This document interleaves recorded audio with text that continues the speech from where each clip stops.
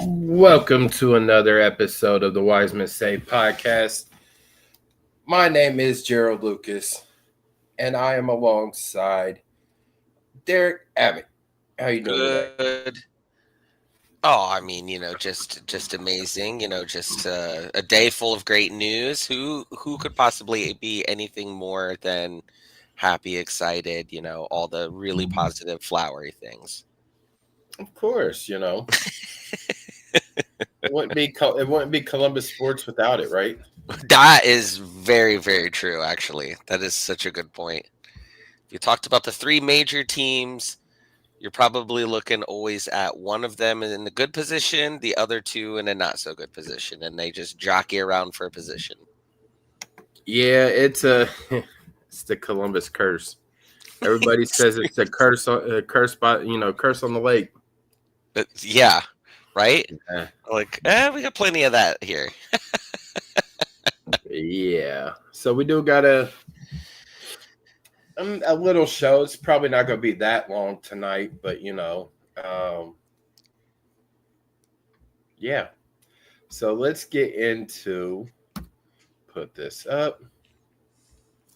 We'll go ahead and throw this up there. We're going to recap the game on Saturday. I remember texting you like this game is meh. Yeah, you did. That's right. Yeah. Which, to be honest, I had that was floating in my brain the entire time watching the game. Was just like, it was like similar in a way to that New York game where like we scored, and then you're like, it just felt like we're not going to win this game. Nope. I do believe Schulte has lost a step. Oh, okay, coming right at it. Having that,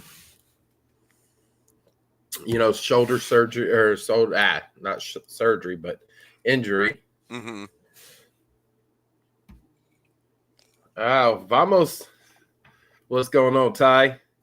I'm pretty sure you're down there at Panther Field right now, but we wish you were here with us. Yeah, we should lead off with the good news that the Panthers. No. We gotta get all the veggies out of the way, then we can have a cake later. Touche. Everybody hates vegetables when they're eating. Good point. I believe Schulte has lost a step after coming off of that injury. Mm-hmm. I'm losing faith in Nancy's lineup ability. Yeah, I mean, it's funny. I was going to make a joke actually before we started, even about how like Ty's not here. So like, if we've got hot takes, he's not here to like reason and bring us back to like reality a little bit on occasion. Hey, look, I got a segment on the show for perfect. Hot takes. Fantastic. Yeah, I mean, I was thinking about this earlier. Like, for sure, I definitely agree. I think the injury definitely affected him more than, I don't know, my opinion. I don't know that it's necessarily a nagging issue with the shoulder per se. They're never going to tell us if that's the case until after the season either way. But I think more of it's like a confidence thing in regards to like, he might be hesitant. Like if you're taking some of these dives and stuff, like depending on what kind of injury it was and where you were at mentally during that injury, I could for sure see I think anybody in sports probably to a degree would have like a little lingering idea in the back of their mind that maybe they re-aggravate it. But what I'm thinking about also is that we've talked for weeks now about how a lot of people online are saying the same thing you're saying about having lost some confidence in him, and he himself looks like he may have lost some confidence in himself potentially. But other than, I think it was last offseason, there was like a little bit of rumblings that maybe some teams were looking at him. We have not heard that at all this season. So I would just caution anybody who thinks that we're going to move on from him unless somebody in the league wants to trade for him and it's worth doing. I really don't see a scenario where he's not going to be the keeper next year, at least to start. I got to get Drake Callender, but Sure. No, but I mean, it just the game had a feel of you wanted to see fireworks, right? And Mm-hmm. we saw it early. Abu Ali, scored, Oh, and then he was taken out of the game by somebody that literally fractured his ankle. With a stomp on his foot. and that was the thing too. Like I remember, I think I was actually either at the concession stand or the bathroom when that happened. So when I got back to my seat, I was asking around, like, wait, why is he not in there now? And nobody seemed to, and I don't know, like, I guess most people probably didn't know until after the match, but like in general, a lot of people were really perplexed by it. So I didn't know if like, did you have any inkling on what happened at the time? Like, because I wasn't there in my seat, and there's not a lot of TVs necessarily, depending on where you're at in the concourse, to be able to see what's going on. You kind of have to like find your way to look back out into the field in a lot of cases. I was there, and from the look of it, it looked like normal. What's going on, Mama Fisher? Um, Ty said we could let loose tonight. um, from the look of it, looked like a normal like foul, Mm-hmm. but then when he went to go get up and he couldn't put no weight on it. Ugh. I'm like, yeah, that's I don't think that magic spray that the trainers have is gonna fix that. But yeah, no, I'm sitting there, and and the crazy thing is he didn't go right to the locker room, right? He sat on the bench, and the trainers dealt with him there on the bench. So it was like, okay, maybe it's just one like as a safety, we're not going to risk, he's already had a hamstring injury. We're not going to risk anymore. Let's pull him out. But then watching him walk after the game, he had it looked like it could have been either black taped or like a soft, like a brace or a soft cast. Oh yeah. On his right foot. And he was, walking around with flip flops. So, it was one of those where it was like, all right, maybe this is, something, I'm thinking it could have been like a grade 3, sprain, there in the ankle, because I've had that my damn self. But, yeah, no, it just didn't look. It didn't look good when he came out, right? Yeah. And then you bring in Aliu, damn it. Your guy. Why? That is not my guy. Like, why bring in like a number 10 or a winger type player to fill a striker role? Yeah. It makes sense. And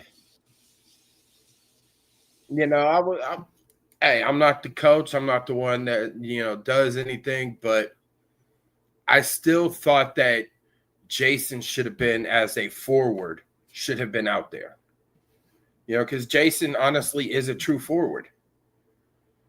He is a striker. He's not the flashy striker that we're used to seeing, right? But he's a striker nonetheless, and should have been out there, taking that spot. Yeah. Yeah, I would agree. Now the rest of the lineup, I thought it was okay. Having Herrera up there on the wings and Max out there. Hugo is looking like Alex Matan, just tall. That could be good or bad, right? Depending on, like, we saw 50-50 when it came to Matan in a lot of cases. We did, but with Hugo, you see more attack minded. Mm-hmm. right? And that's what you like to see coming out of that midfield. You saw Darlington being Darlington, right? Um, just man, like it just, yeah. It just was one of these meh games, Yeah, and and that we dropped even more in the standings, yeah. and it's just, I mean, It was a game that I think most people would say going into it, regardless of how we had been playing weeks before, that you felt like this is a good spot for us to pick up points. Like we should be able to pick up points here. And then, I think it really all the catalyst was when Abu Ali went out. It just felt like that's when it really turned into the meh game. It was up until that yeah, point, we were seeing the experiment you had talked about with no Diego, and it looked pretty look better. decent. Yeah. I mean, we scored a goal earlier than what we normally have been. Like it felt really good.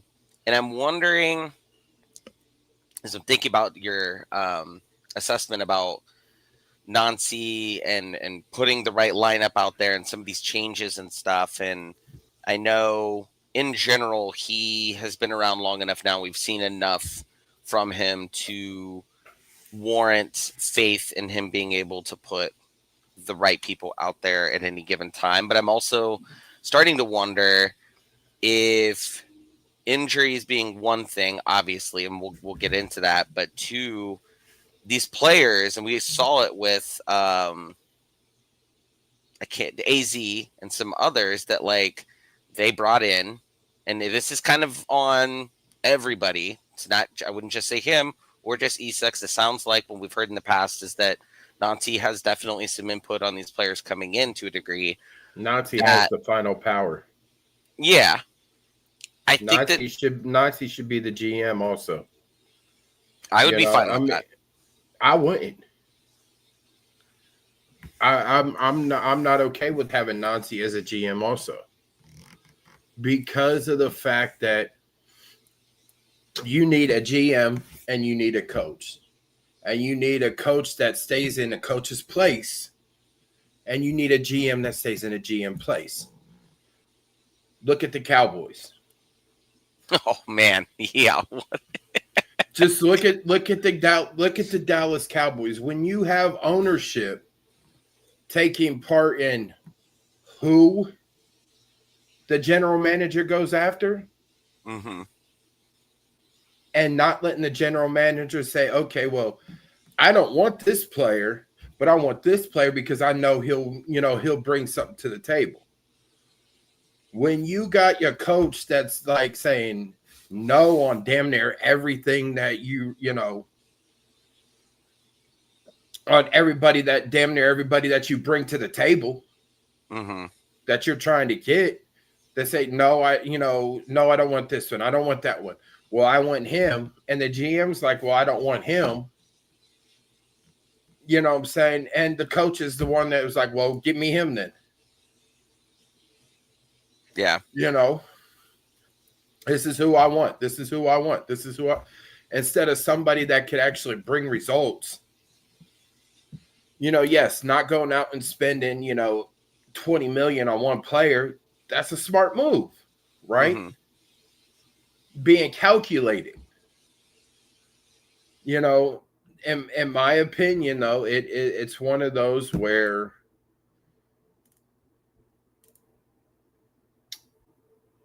a GM has to have the balls and say, listen, this is who I'm bringing in. You're the coach. Yes, you have some, here your input of, hey, okay, well, this is the type of player I'm looking for. Cool, I'll keep that in mind when I'm looking. But guess what? I just signed XYZ. You're the coach. You go coach. Yeah. I mean, I don't think you're wrong in that by any means. And that's typically what you see from, any kind of sports teams, hierarchy in general. So I don't think that's wrong at all. Because I think, a lot of these players are not, they're good players, just not for this system in a lot of cases. And it's becoming evident, or the players that you have are not being played in the right positions, however you want to look at it. I think in some cases you've got it's good to have a few players that can play a variety of positions, because if you get injuries and stuff, you need that. I think for right now is the first time I can remember in Nancy's tenure where you've got a handful of players that you could see coming in and playing at vastly different positions at any given time and have been doing that. And that's just, I think we're seeing the results of that. Like, when you have to go in and make a replacement, you stick somebody in there, the lineup drastically changes from week to week. Some people are playing in various positions. Like you said, bringing Aliu's more so a 10. Bringing him in is almost like the attacking option. He's not one of the people that we would anticipate coming in as the attacking option if our lead striker is injured and coming out early in a game. Like, you would assume it's Jason Osoro. Maybe he's fallen out of favor. I have no clue on those types of things. But in general, it does seem to be a bit perplexing that you're moving around players like this. And we'll get to it later, but I think there's a fair amount of individuals on the team currently that you probably won't see on this team next year for one reason or another. And I mean, it's okay at times, I think, to get a player or two that you're like, just didn't work out. We thought they were going to be really well in this system. They had all the measurables that we thought they had on paper and what we've seen, but when they get here, it just doesn't work out. But I think you've got more than a few candidates on the team currently, or some of them that have just been around for a while. And it's just, sometimes the shine wears off after a while with some players. And that doesn't mean that they're not successful and not good players in another system and on another team. That just may mean that they're not for this system and this team at this given time. They need to go ahead and leave Aliu in Chicago. Now watch him come out and have a really good game. I still don't care. You've been over him since the summer, so I understand where you're coming from when you say that. I gave him a month to start to get his shit together, and it's not working. If matter of fact, send him to Crew 2.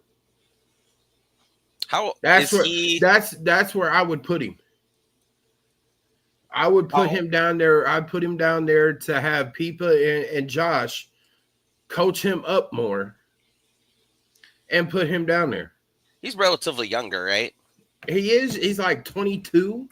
Okay, so he would fit a profile of somebody who could be on a Crew 2 team for sure. Put him down there. We've seen some Crew 2 guys come up and be impactful for this team. So and we haven't seen definitely lately. We haven't seen that. Like I get seeing playing some of the young kids. Hugo, Taha, right? Rubicara, Rubicarba, whatever the hell. But where's Tristan? You're not playing Tristan. Tristan looks so sad over there when he's warming up with the group. Yeah. He just looks so sad that he's not out there playing. Like, get the kid some playing time. Like, the kid has showed that when he came into the 2 games that he did, that he can make an impact with his one, with his speed, 2, with his skill. Damn near had a goal when he first came in. Mm-hmm. His first game when he came in as a sub, he almost had a damn goal. Why not? Right now, you're on the verge of not making the playoffs. What else do you got to lose? I think that where we are at in the point standing, because we're closer. I just had him up too. I should have looked at this, but we're close to a play-in game than we are securing a spot. Yeah, absolutely. I think, but like we were talking about, I think right before we jumped on here, is like, if Miami happened to lose tonight and we won on Saturday, we're up to 5th place. So I think like an unintentional consequence of how we started off where we've been and how we've been playing has actually gotten us in this like weird position where we're in the playoffs right now. So I think your traditional mindset, probably from a coach, who knows? I have not been a coach of anything, so I'm speaking strictly as a fan, but trying to compartmentalize what people might be thinking in these scenarios is that if you have the chance to make the playoffs and you have these guys who have played a lot, your initial instinct is to keep playing those guys because you're still trying to make it up higher in the standings come playoff time, versus if you're out of the playoffs or even like at that line but probably trending downwards, like you're already at below or at the playoff line and going down, which we're going down, don't get me wrong, but your first instinct is not to play the inexperienced guys in Man, listen, that stamp or in that setting. listen. What else do you have to lose this year?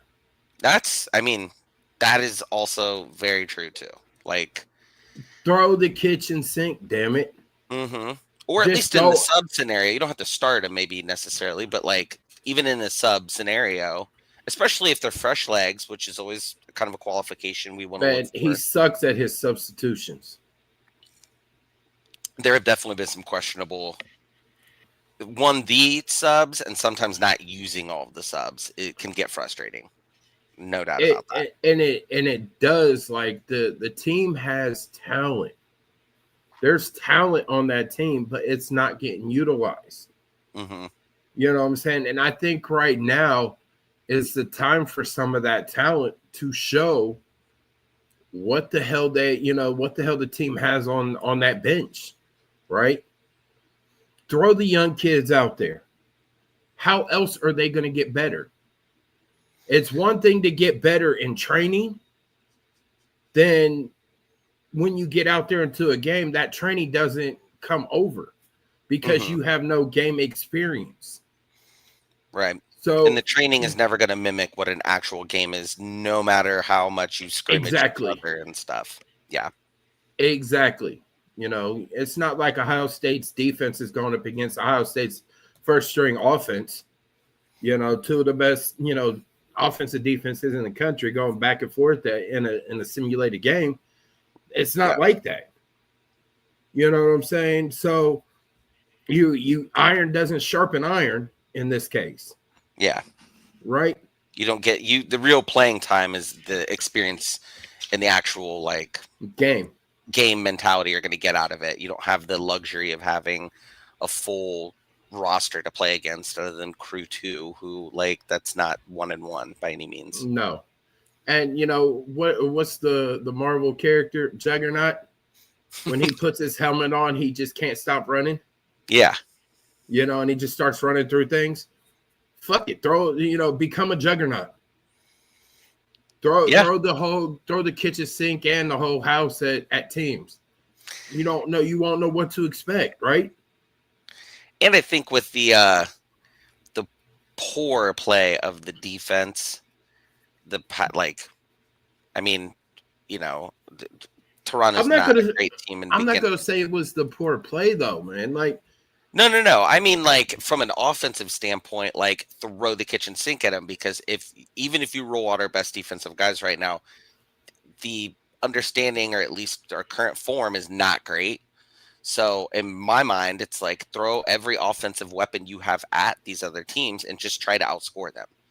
Because from a defensive perspective and keeper and things like that, I don't have the confidence that we can rely on that. And so whether it be Tristan or Chase Adams, I saw has been practicing with the ones this week, like things like that, like just whoever it is. Say Connor, saying, oh boy, fire Issa. I don't say fire Issa. It's not gonna happen. I think, and here's the thing. Issa came in and he started clearing house, right? There was one person that he got rid of. And that was Corey Ray. Corey Ray probably should have been the GM. He's the GM somewhere else, isn't he? His name popped up recently. And I don't remember where. Somewhere. He's at Montreal. As the GM? I don't know if he's a GM. He might be assistant, but he was out there with Laurent. Okay. Right? So, Issa got rid of Corey. The only competition that Issa had. So I mean, there's some cutthroat, some office politics, so to speak. Man, listen, there's some cutthroat stuff back there, but I mean, just look, the only competition he had is gone. Yeah. So I mean, I think Issa needs to just come back in the wintertime and set those set some boundaries. Like, hey, listen, your opinions on the players that you want, I'll take those into consideration, but this is how I'm gonna run it. Mm-hmm. But as far as this Toronto game goes,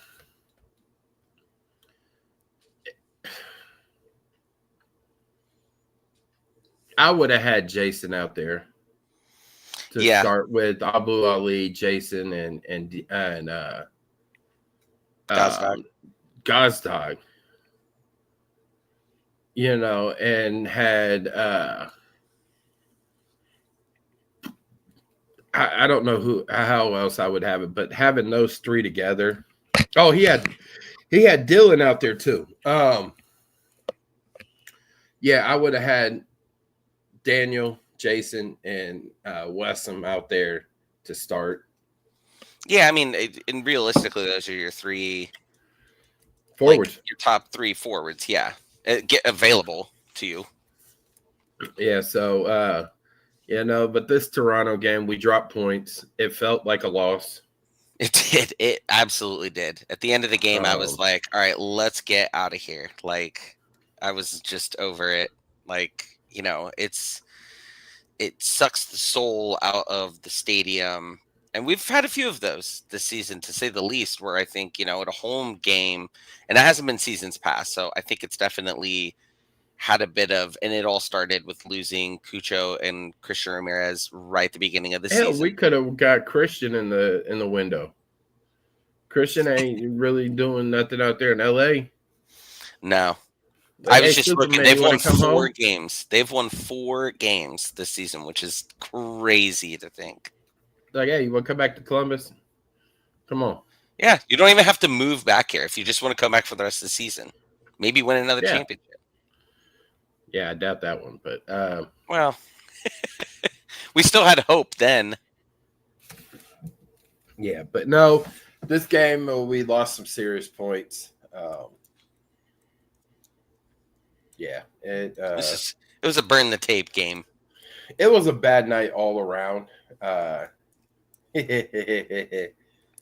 Shout out to one of my friends, AJ, that's in the Nordeca, because I called him because I was walking out to the car and I fell. Oh my gosh. And knee gave out, and I ended up on the curb right there outside of the West Lobby, and no crew fans stopped. That's bad. Nobody stopped to ask if I was okay, and I was on the side of the ground and had to push myself up to the curb, right? So nobody stopped, and everybody's just walking, looking at me, and just kept going. I'm like, some fans that we have here in Columbus, right? But, luckily, there was, a couple good ones there that came out and actually helped, after I called them, helped me to the car. But that, the whole night, the whole vibe of that night was just like, I think that's a good one. You're totally right. Our fans need to be better about just something like that. I was reading today that people in the Nordic, someone got punched because they were trying to break up 2 other groups of people trying to fight or something. These types of things, whether it is involved with frustrations in the team that kind of are coupled with, alcohol consumption or whatever it may be, it's no place for it. And frankly, that's not really, in the grand scheme of things, at least in recent memory, that crew fans should like have been known for. So like that's pretty abysmal behavior all around, and everyone needs to be better about it. I mean, I don't want to get on a soapbox about it, but I think it's just common sense, like common decency, Yeah. and we want to be known for being better people than that. It just was funny because as I stepped off the curb, the bottom half of my my leg locked, and the top half wanted to keep going. That could have been a lot worse than I almost crushed my laptop. that would have been bad. That certainly would have been bad. So That's a bad day. The way I had to fall, it was like I started going forward, but then, I was like, oh shit, I got the laptop. So I turned and fell into there was a pole right there. So I fell into the pole and just slid down. Like, yeah, this is like it hurt to put weight on it. It hurt to get off the ground, but are you doing better now? I have an epidural scheduled next week so I can walk. Oh. Yeah. Well, I'm sorry to hear that, man. That's. And then on top of, cleaning things out down at my mom and dad's, it just was like, yeah. Bad week all around or weekend, I guess, because we were talking about that earlier. Yeah. Yeah. And it just was like, I'm sitting there looking around and just people are walking by, look down at me, just keep walking and talking. And it's just like the decency, the humanity, it wasn't there. But I mean, like I said, the whole vibe for the night was just hurry up and get home, right? Yeah. But yeah, so made it out of that one all in one piece. I didn't have to go to the hospital right away. But I have some hope for the rest of the year, but it's going to be a lot of praying to Lord Guillermo, for the rest of the year. Seriously. Because I remember at the beginning of the season, we were going through the schedule and we were like, oh, we're really top heavy in terms of the front end of the season, and the back end looked to be what we knew at the time to be an easier go about it into the playoffs. Well, now some of those teams are actually doing pretty well, and we need to build up some kind of momentum in order to, if we're going to get into the playoffs, you don't want to just stumble into the playoffs. I mean, yeah. we kind of did that last year and we saw what happened. So like, we don't really want that to happen again. But with all the injuries, you're going to have to put something together and get some guys in there who are going to, I don't want to say put the team on their back, because we've talked about that this season on some players trying to do that and it hasn't really panned out, but like players who are all going to play together for the common goal of just winning one game at a time, whatever the circumstances are. And they're not great given injuries and thus, but like getting to that point where everyone's there all with one mission to just will the team to victory if we have to. I mean, whatever it takes. At least get us to decision day. Get us to decision day, and if that is a big pivotal point, I think we're at home, right? Yes. Is that decision? Okay. Quick question. Is that on a Saturday or a Sunday? Saturday. Ugh, that kind of sucks. I used to like it when it was on a Sunday. Yep, Saturday the 18th at 6:00. So, I mean, somebody needs to go into OHPC it's on the 18th? with. Yep. Okay, good. Yep. I'll be here for that. I will not be here the following weekend, so I'm glad. Somebody needs to go into OHPC with some a whole bunch of sage and go through and sage there, sagelower.com. I was just about to say that. If all the fans want to provide a meetup and we all stand right outside the gates and we all just walk around the stadium and together and everyone just hold up sage around the stadium. Like Jesus. Let's coordinate it. Nordak. No, if anybody from the Nordac's watching, let's get it going. What's the off of Major League? The guy have the voodoo doll in his locker, and he does like the he does the tribute to Hit Better. Yeah, like let's start. If we got to get a shaman in here to do some voodoo on us, whatever it takes, just get us there. And So I don't before know, we, like, go ahead. oh no, go ahead.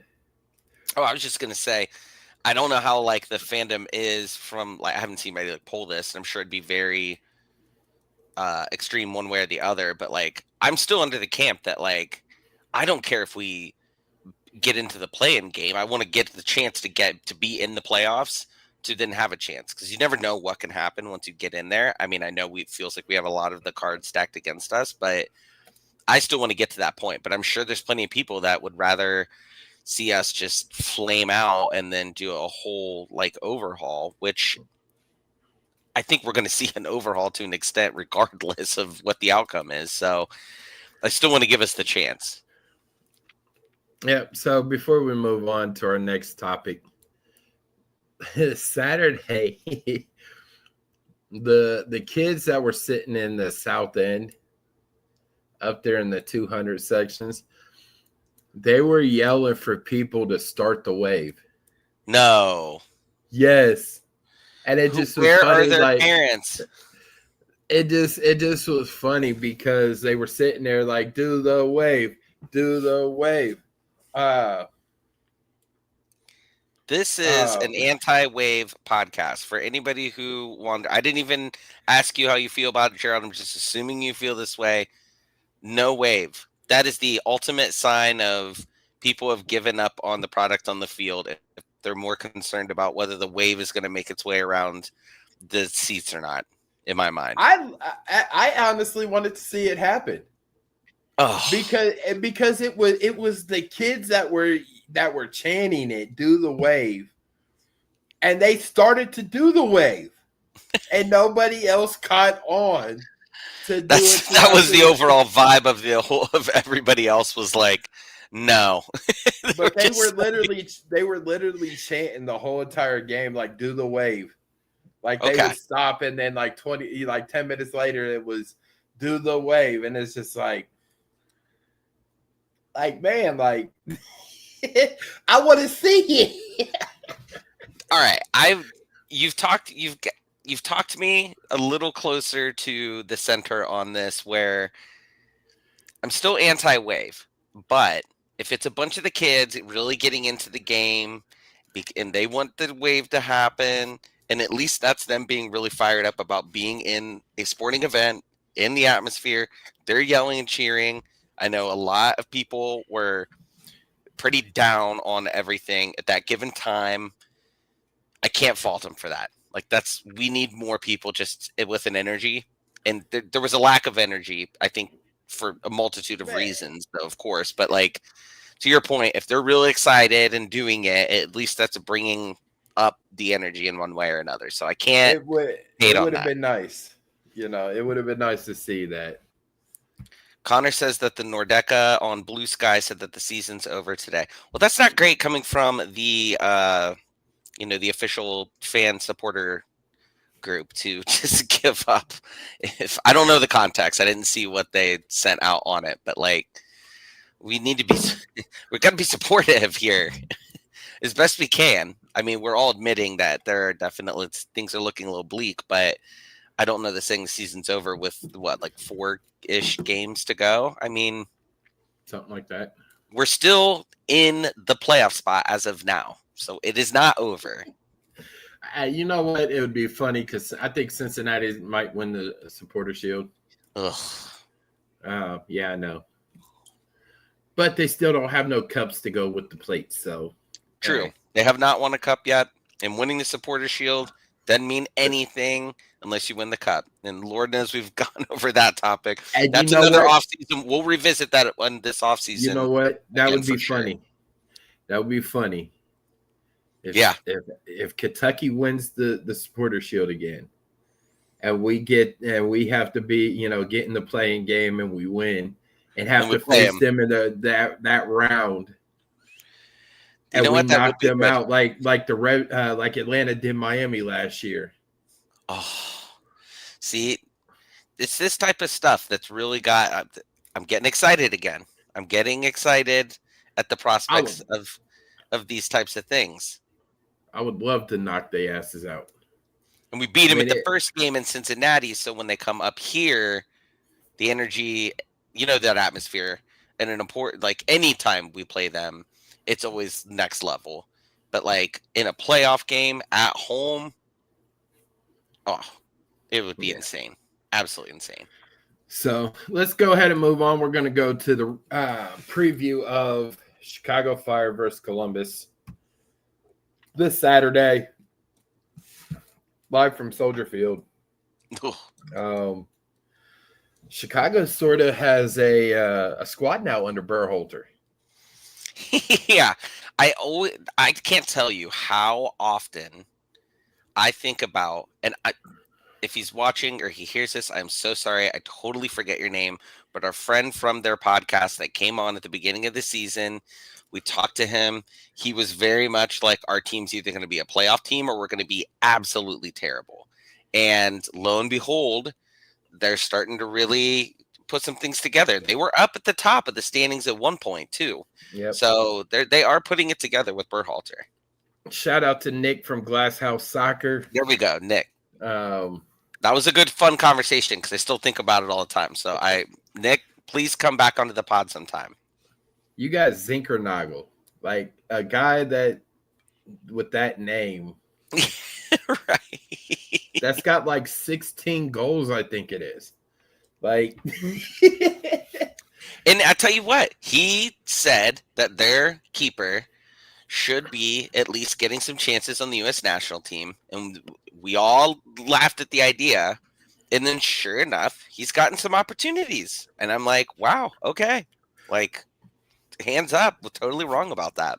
Well, that's before Charlotte's turf monster wanted to, take out Schulte.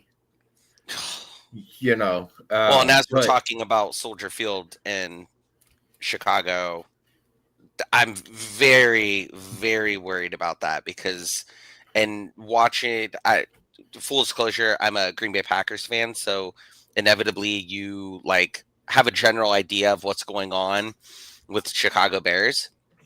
And I just know historically, and I mean, we've talked about it for MLS as well, but especially when you're playing them while the NFL season's going on, you know that field is going to be in horrible shape. And us already having a bunch of injuries, we cannot afford more of them. And so that really has me concerned. So we're going in there to Soldier Field. It's probably going to be a choppy field. Who knows? They try to keep it maintained, this early in the season. Yeah, for NFL. But what are some of your keys for a Crew victory? Gosh, let's see. I mean, I would love to see. We have not seen, not in a full game potential, Gazdag, who for all intents and purposes, even if Russell Rowe's out there, I think this is probably his first real test with us where he is the primary dude. I know we've had a little bit of conversation throughout the season when it was just him and Diego on, is Gazdag really that guy, or is it better off if we have a true striker and Gazdag can kind of benefit from not having all the attention in a lot of cases? But I mean, this is a great test for us to see kind of what he can do in our system. We've seen what he could do with all his years at Philadelphia, but in our system, be that guy. So it's another case of you're going to get another one of our star players that is going to get the opportunity to put the team on his back. And you don't really have a lot of options to not do that at this point. Like, even when Diego was doing a lot of it, we had Gazdag and some others and all of that. Now you don't really have a lot of options for that. Now, I would love to see Russell Rowe come in and just really light it up. And he has the potential for it. We've seen some games where he can do it. But I always kind of treat it as, let's see it first. Like, not to say I don't have faith in him to be able to do it. It's just I need to see him actually do it before I then we'll have the confidence going into additional games on that. But I mean, I think it really comes down to those two. I'm far and removed from having a lot of hope for our defense, no matter who we throw out there. I mean, we all love Moreira, but we can't replicate him and play every position in the back line. And it really feels like everybody else on the defensive side, in my opinion, has just really lost a step. And I don't know why that is, but I don't see anybody really doing a ton of great things per game. So here's my thing. Chaburko was doing good at left center back. Then you take him out, you put Amundsen in there. And you don't play, Yevon for a couple games. Mm-hmm. Well, he wasn't injured, right? As far as we know. Okay. I didn't think so. No injuries. That, nothing that was reported, none of that, right? So you don't play Yevon for a few games, right? And it's Amundsen and Sean and Steven. Now Sean goes down. Mm-hmm. Now you have to bring Yevon back out there. So the game fitness, I always say this, game fitness is different than training fitness. Mm-hmm. Now you have to get back to game speed. And you have to be able to go a full 90. Because we really don't have another center back. Right. We're piecing it together if somebody goes down or they're just gassed. Like, we need you to be able to go 90. Yeah, but it's one of those where Yevon had proven himself to be the starter. Where at the time where I thought, it should have been, Yevon moved over to center, Amundsen comes in at the left center back, and you bring Sean up to the midfield. Back how we had a strong, midfield that way with him and Nagby. But it didn't happen, right? It didn't happen. And now Yevon has to get back up to game speed. Yeah. And I think you saw a little bit of that, on Saturday. But, now you're going up against a strong attack in Chicago that's going to put everybody to the test. Oh, yeah. So mine is my key to a crew win is just go out there and ball out. Balls to the wall. Yeah. Like the movie The Replacement says. There's a scene in there. At the end. I know you're tired, I know you're hurt. But we're playing, what else, can we do, because this time tomorrow the strike is over and everybody's going to forget about us. So let's go. Why not go out there and win it? Chicks dig scars, glory lasts forever. Yeah. He should show that movie before the game because, we do have a lot of non-starting guys in there. At least who didn't, start at the beginning of the season. So, it does ring true in certain aspects for sure. And yeah, I think just throw them all. There's that other one scene after they have the bar fight. And he writes up their fear. What are you afraid of? Afraid of losing. Afraid of not, competing at a high level. Go out there and show no fear, right? Yeah. Just go out there, show no mercy, show no fear. It just go balls to the wall. You could be like the Little Giants when the girl cheerleader came in there and, put the black paint underneath her eyes and got out there with the pads. Get out there and just go for it. Why not? Did you just give the team its motivational pep talk pre-leaving for Chicago just now? I probably did, but they're not going to watch the show. I don't want them to dislike us, so I hope they don't watch. Unless they want to come on and chat with us, then hey. Well, if they actually do watch the show and they see me and then that'd be like, oh, you was talking shit. Yeah. That'd be a fun interaction to talk about on here after the fact. But no, I think that these all, I don't think that any of these players by any means are not giving all of their effort and everything. But I think in situations like this, like you said, especially for some of these players that haven't gotten the chance to play a lot this season, and now you're going to get the chance to go out there and show Nancy what you can do and show the fans and everybody. Because I mean, ultimately, coaches and them aren't going to listen if we're all like begging for, Tristan to get more playing time. Ultimately, they're going to make that decision, and they're likely not to just listen to fans and stuff. But like, if for someone like him, Taha, anybody else who's getting chances to play now, if they're going out there and they're making the most of it, especially like, I think the one advantage we might have in these scenarios over other teams is that you're going to have a lot of guys with really fresh legs.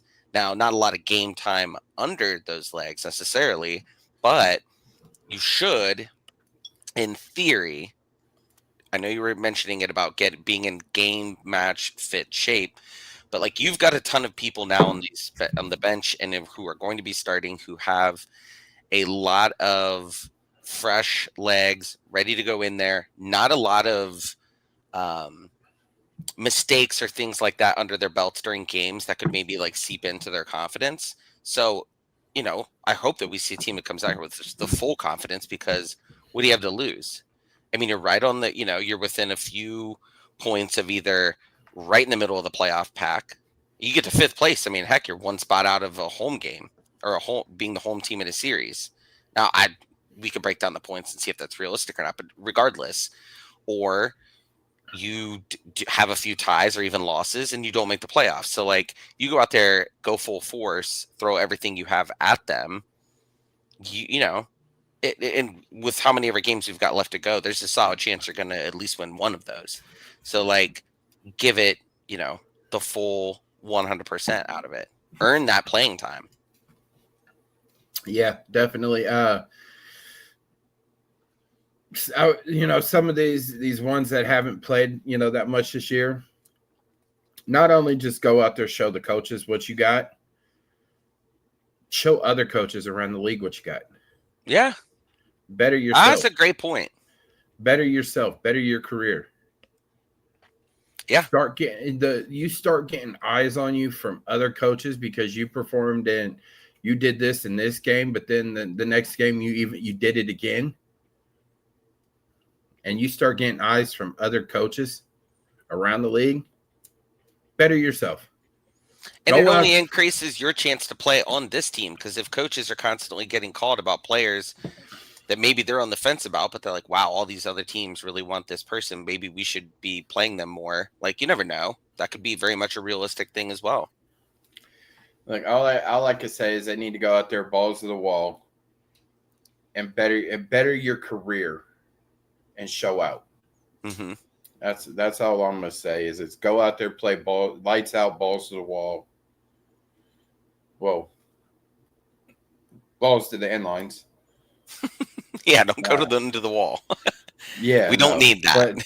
But, no, but just go out there and better your career.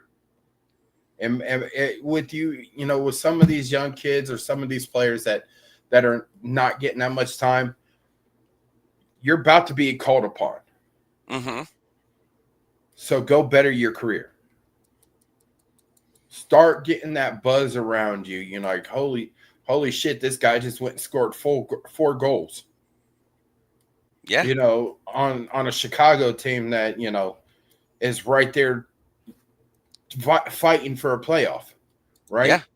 They're only a few points back from us. So it's not like they're one, a slouch, but two, they're going to be playing just as hard as anybody else would be against us. Like, they have all to lose. They have just as much to lose as we do. Yeah. Or, this guy had, 5 assists, right? He had a game. Mm-hmm. And then you followed up the next game with, oh shit, he had 2 assists and 2 goals. Like, man, where's this kid been at? Yeah. Right. And it's just like, now they start to, start watching tape heavier, start watching games more, start sending scouts out to the games, right? In my opinion, these last few games of the season, for some of the young talent or some of the ones that don't get that much playing time that are about to be called upon, go better your career. Yeah, it's been it's set up perfectly for them to be able to showcase what they have now. And maybe that results in them playing really well and the team plays really well, propels us into a good spot in the playoffs, and we make some noise in the playoffs. Even if it doesn't and you play really well, it only benefits you at the end. So absolutely. Yep. Just don't try to be don't put the whole team on your back. Sometimes you go a little too hard on doing that. They may not always prevail, but yes, what you're saying absolutely rings true, and I totally agree with it. So we're done with the preview. We'll get our predictions on the game here in a minute. But I want to bring this up. Crew news, injuries. Westham is going to be out for 6 weeks, which his season is over with the hairline fracture. Like his post almost tried to make it seem like he was going to try to come back, but I don't see any scenario where you can come back from a broken ankle. Well, it's a hairline fracture. Okay. So that's why it's 6 weeks. Gotcha. Right. So, I mean, but it's possible depending on how the intensity of the rehab, getting that calcium in there to heal that hairline fracture, compressing it so that way it does heal quicker. It doesn't need surgery. That's good. As far as what I understood with that hairline fracture, it shouldn't take surgery, but I could be wrong. I'm not a doctor, but I did stay at a Holiday Inn Express. Makes you a doctor. More or less makes you a doctor. I miss that commercial.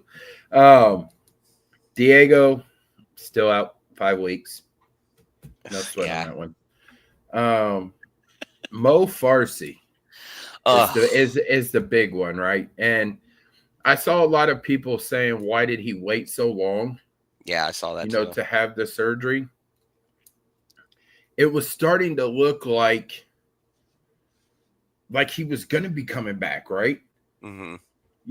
Like he was looking good and everything, but it's a sports hernia. And if you haven't played sports and you haven't had a hernia before, them bitches hurt.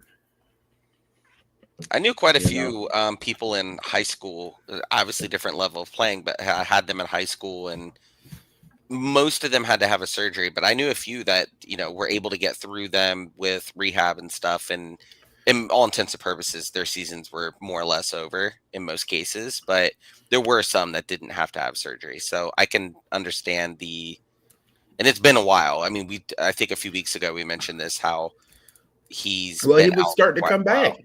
Yeah, he was starting to train. Getting ready. Yeah, he was getting ready to come back, and the hernia was down by the pelvic area, right? And those hurt. Yeah. And that's what he was having, certain, issues with, right? And so it's like, okay, it's starting to look good, and then you come in on a day and it's really bad. Right? Everything that you've done up to that point, now it flared up, right? Mm-hmm. Now it's like, okay, let's start the rehab process again. Start it again, but do light things. Then he starts training with, everything's looking good, starts training with the team again. And then it flares right back up. And it doesn't take much to aggravate things like that either. No. In a lot of cases, it's something that isn't even related to you, like getting back into training. He could have been bending over, picking up like a bag of groceries or something, and completely reaggravate. I mean, you just don't know. Getting out of bed. Mm-hmm. Yeah. Rolling over to sit up. Taking a shit. True.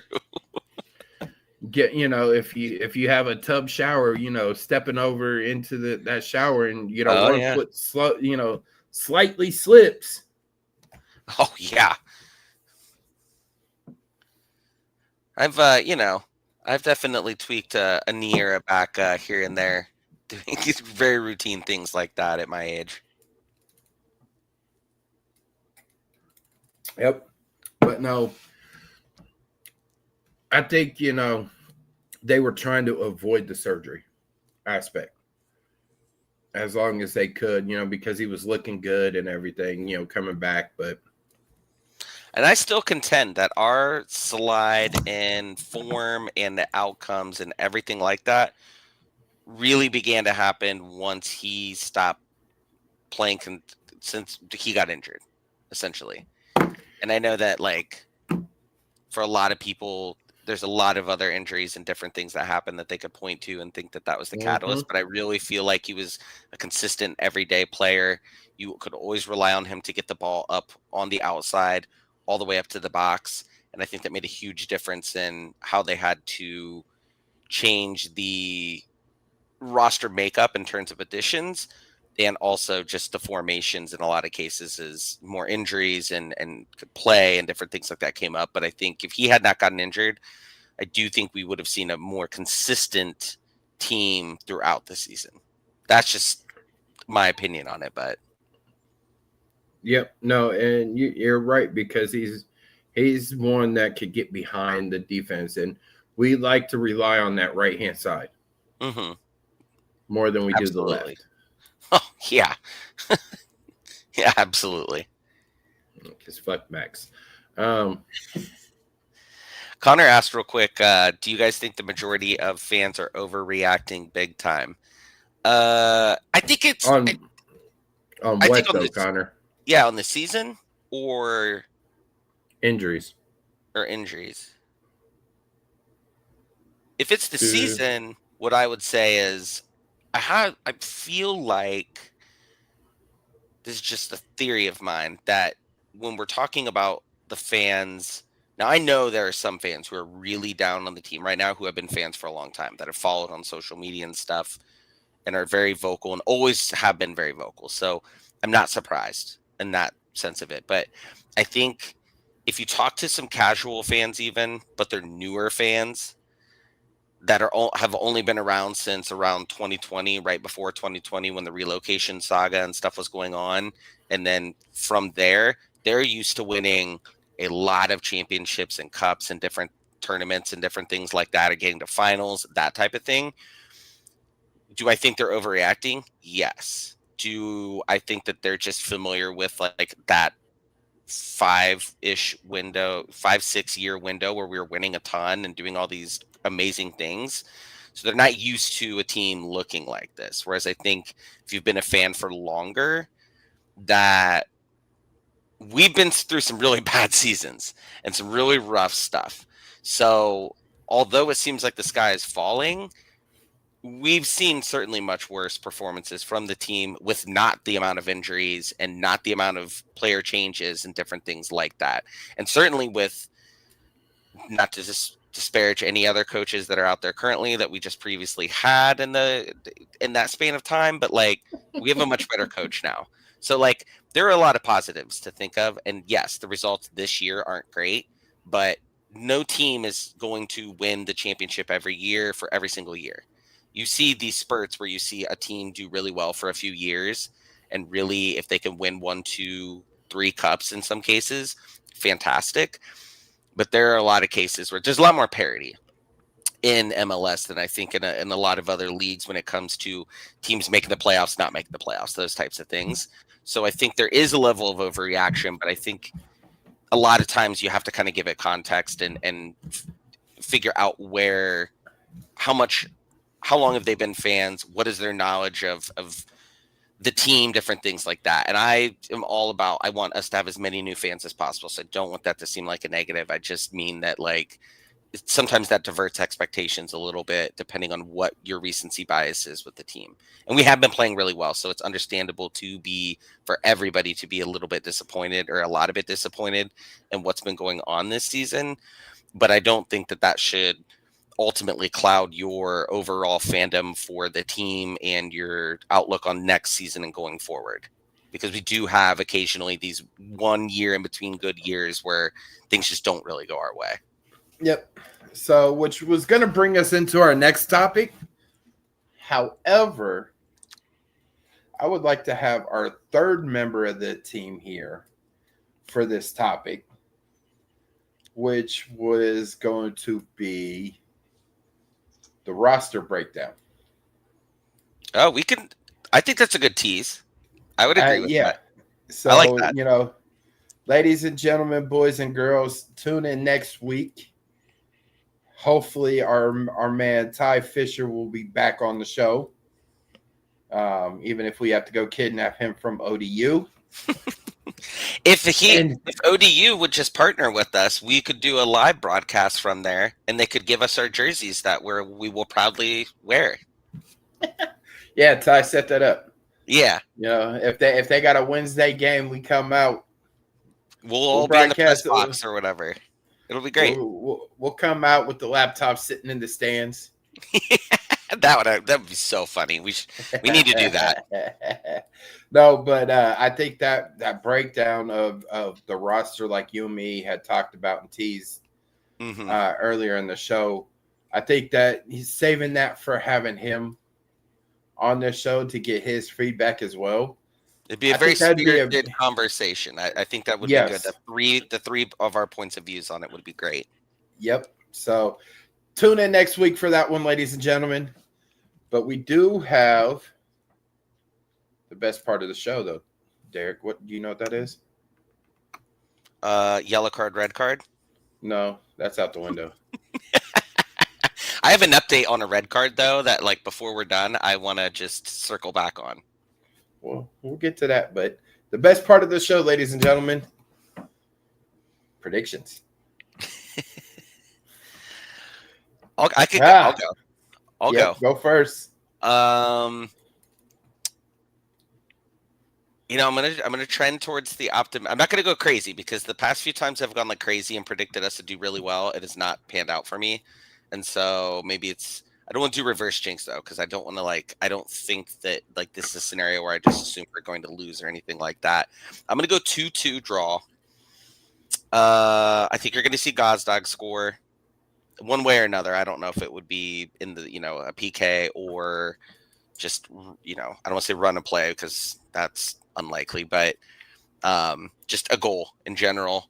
And then the other goal, I'm gonna go with Max just because he's been relatively consistent. That'll be an interesting wrinkle into this game. Also, is just to see how he plays now. I mean, he's been playing consistent for the most part with whatever lineups we've been throwing out there, but Diego's certainly been someone who contributes to him in a lot of cases. So to see what he can do, but I think he would be an easy nomination for a goal scorer. Okay. 3-2 loss. Okay. I'm going with the 3-2 loss. Chicago wins 3-2.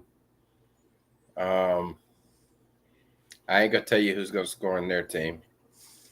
Yeah, I was just thinking. I'm like, I would not be able to. Well, you know what? I would say probably Zinkernagel would have at least one. Hugo Kuipers might have one or two, but I think the Crew lose at Soldier Field, 3-2. So you guys can be mad at me all you want. I just think it's one of those. It'll be 2-2 going towards the last 10 minutes of the game. And Chicago will pull out a third goal. That would be very predictable for the games that we've seen in the past few weeks, for sure. I would love to see Evan Bush get the start. But, it is what it is, right?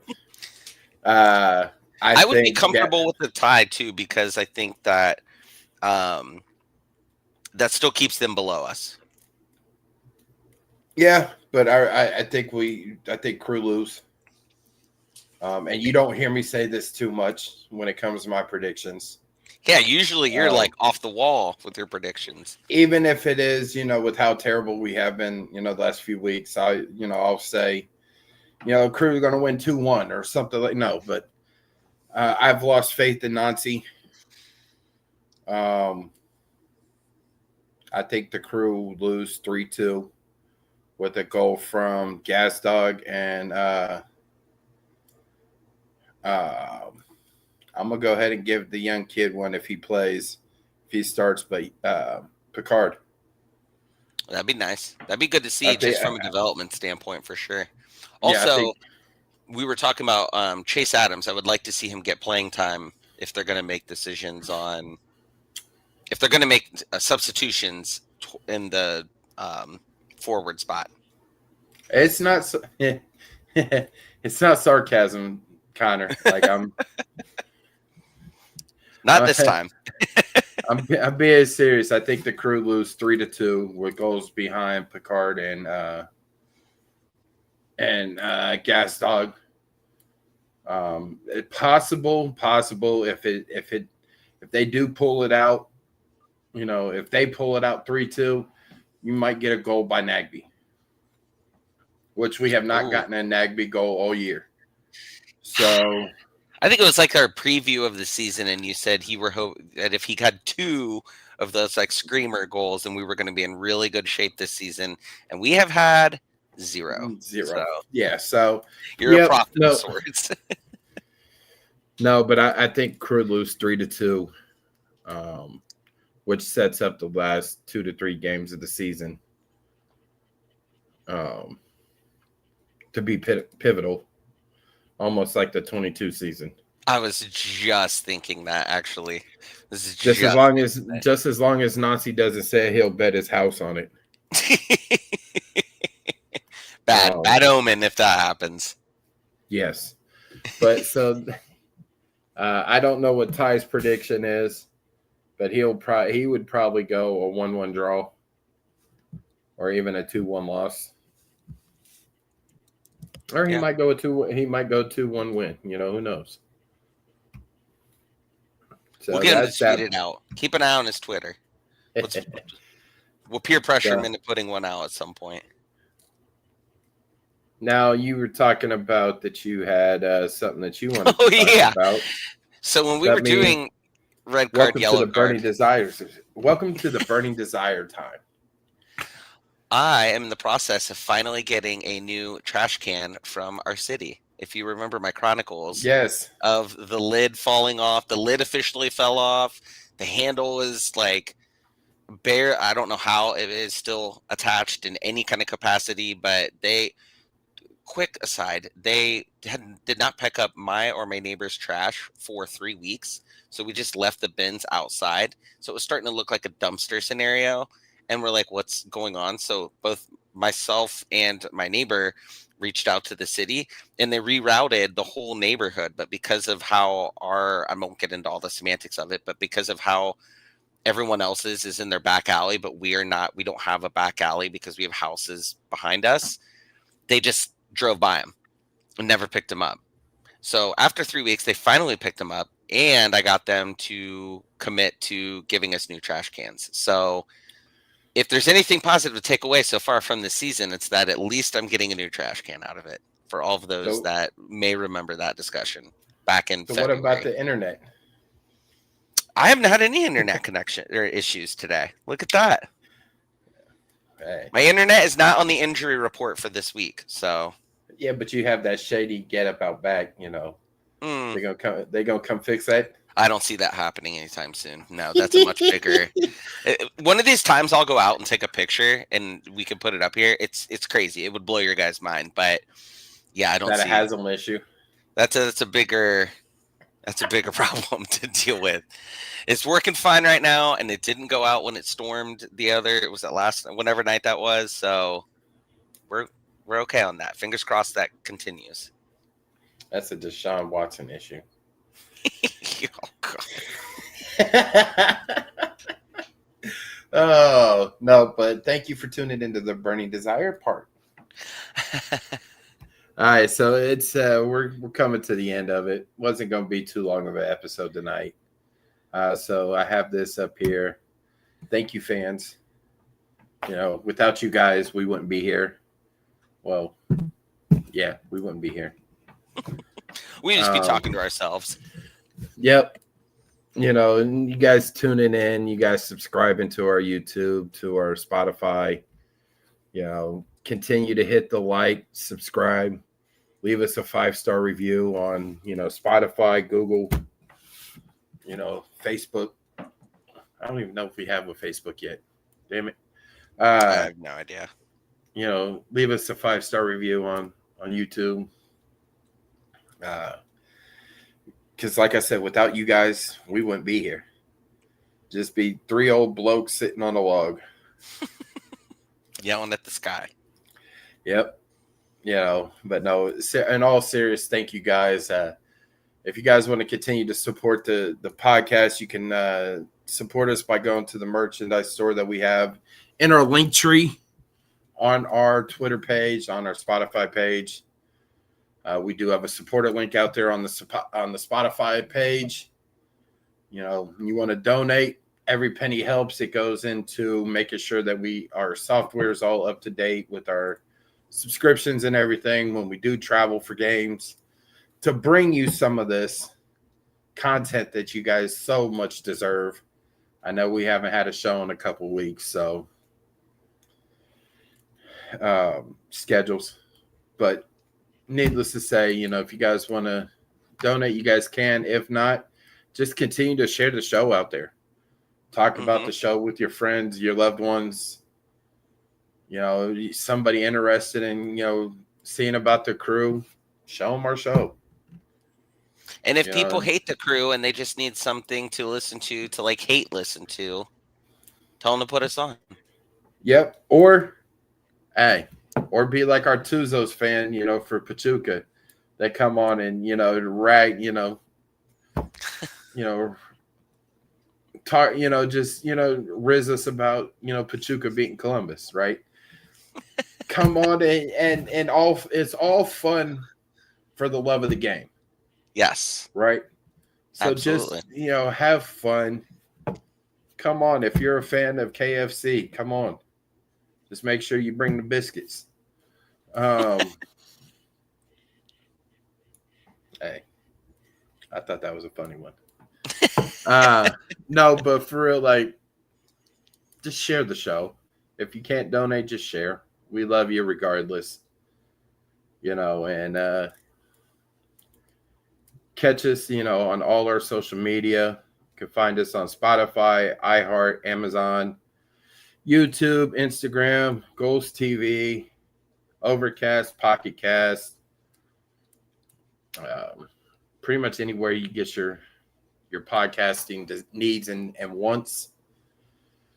You could catch Derek on Twitter at FunkyMoses17.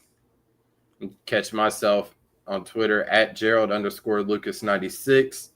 You could catch the show on Twitter at Wisemen Pod. Don't get me started about the rest of the rest of our handles. I don't remember what it is on Blue Sky, but you can find us on Blue Sky. And go from there. I know Ty's going to kick my ass. But nonetheless, thank you, fans. You have anything else you want to say, Derek? I got nothing. Whoop. I did not mean to take you off the stage. I'm good. Go crew. Well, as the old tradition says, Derek, Wisemen say, only fools rush in. Thank you guys for tuning in tonight. It's a light show. I'm doing my best to be Ty Fisher. Sort of got the beard, like him. But hug your loved ones, say your prayers, eat your vitamins, and vamos Columbus. Vamos. And we out.